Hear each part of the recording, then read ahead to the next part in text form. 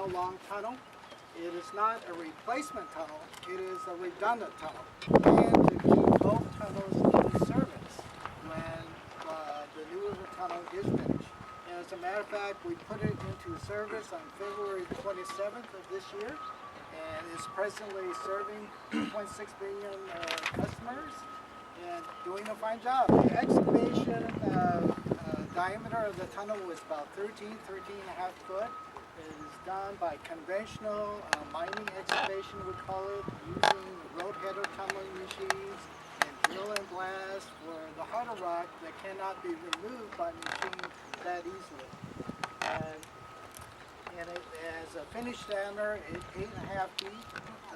It is lined all the way from end to end with a steel pipe liner, varying thickness between 3/8 of an inch thick on up to 3/4 of an inch steel plate. And so the more robust steel plate we position at the seismic earthquake faults that cross the alignment and at shallow locations like underneath the freeway, I-680, and at the portals where the ground cover is more shallow. We have earthen portal where the tunnel connects to the steel pipelines, the Bay Division pipelines, which convey the water south around San Jose and westward across the San Francisco Bay, where it enters our other tunnel, the Bay Tunnel, to serve our customers up and down the peninsula. When I came aboard and took this project under my wing, I insisted on performing a detailed constructive buildings review. Another thing that we did was introduce value engineering to the contract. One of the most noteworthy value engineering changes that we took and negotiated with the contractor was this idea of changing the liner to an all-steel liner for the 3.5 miles tunnel. In the contract design, we had a mixed bag of different liners. We had cast-in-place concrete, we had a reinforced concrete pipe, and we had steel plate pipe, all mixed throughout the 3.5 miles of tunnel. And so the contractor came to us and told us, this is very confusing. How do you expect my labor crews to understand where to put the right kind of liner and what spec? And so he proposed to introduce steel plate pipe throughout the entire tunnel. And we were able to negotiate with him for a no-cost net change order. So it didn't cost the agency any extra money to introduce this all steel plate liner throughout the 18,000 foot of tunnel.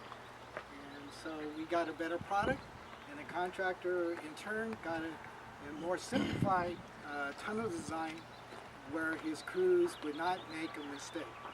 Because one of the issues that the contractor had was finding qualified mining construction workers for this type of tunnel. Most tunnels are designed with a tunnel boring machine, which is large diameter. This is not real old school mining because the mining crews work out of the inside of the cylinder. They're always protected, they're always kept clean, because we're never exposed to the raw elements at the front of the end of the tunnel boring machine. But we specified a road header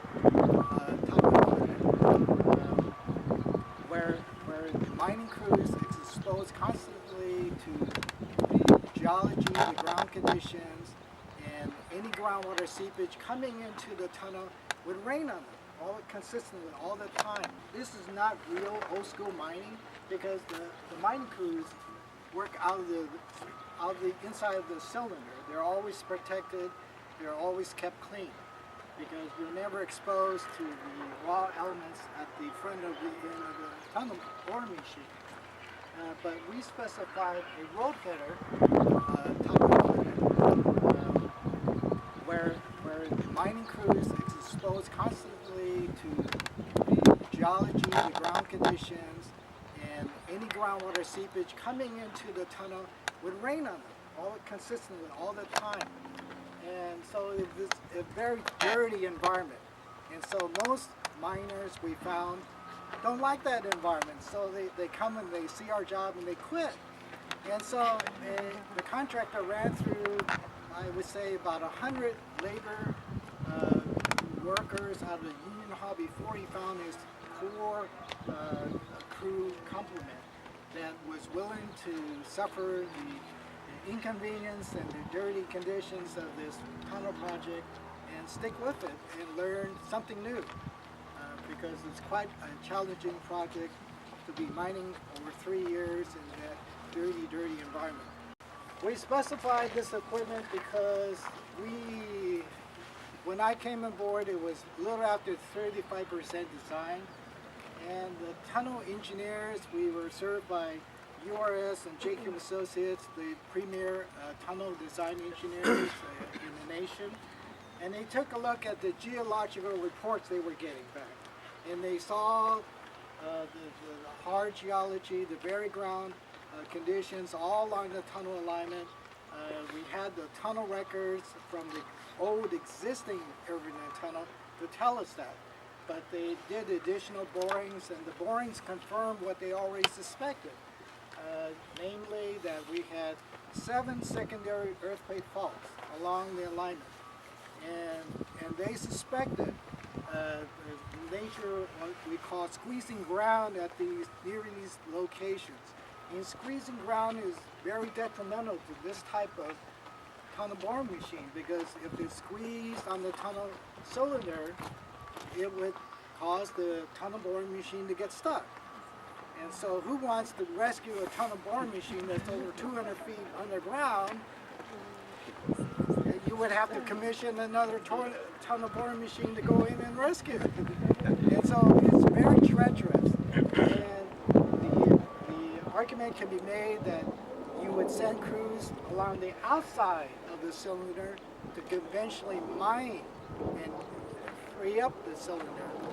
But I believe me, that is very dangerous in squeezing ground, because the ground is essentially unstable.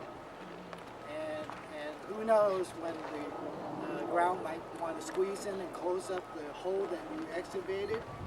It could happen in days, it could happen in weeks or months from the time you excavated the opening, but it's essentially unstable ground.